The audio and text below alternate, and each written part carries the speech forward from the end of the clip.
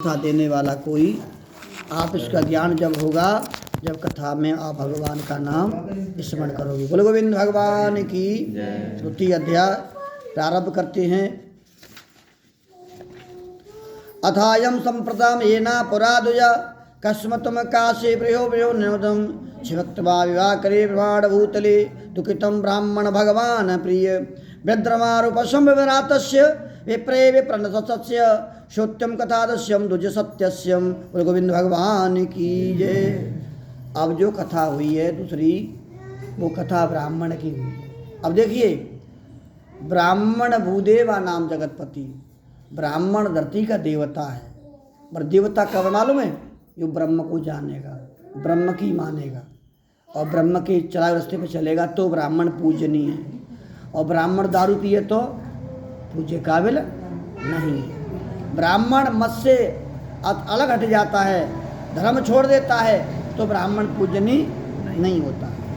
ये कथा ब्राह्मण की है। मैं स्वयं कथा ब्राह्मण होकर बता रहा हूँ आपको। एक ब्राह्मण का नाम सतानंद है और कहाँ रहता है?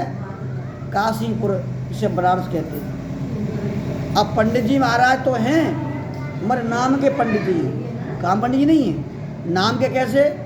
सुनो साहब, कथा करो बे जाने नहीं। पंडित जी महाराज भगवान को नाम बे न लेवे हैं, और भगवान को याद बे न करे, कथा बे न, गंगा स्नान बे न करे, दान पुण्य बे। काहे के ब्राह्मण साहब?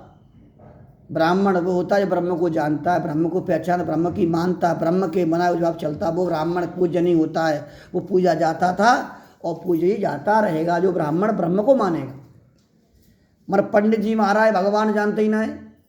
रामायण में लिखा है कि जाको दारण दुख ही देही ताकि मत पहले हर लेही।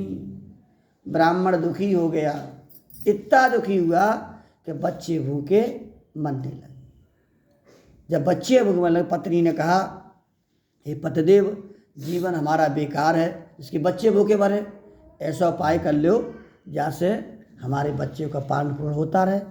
इतनी बात कही तो ब्राह्मण के सब दरवाजे बंद हो गए। अब भगवान को याद करता, क्या कहता है कि मेरा कोई न सहारा बिन तेरे, न दलाल समरिया मेरे।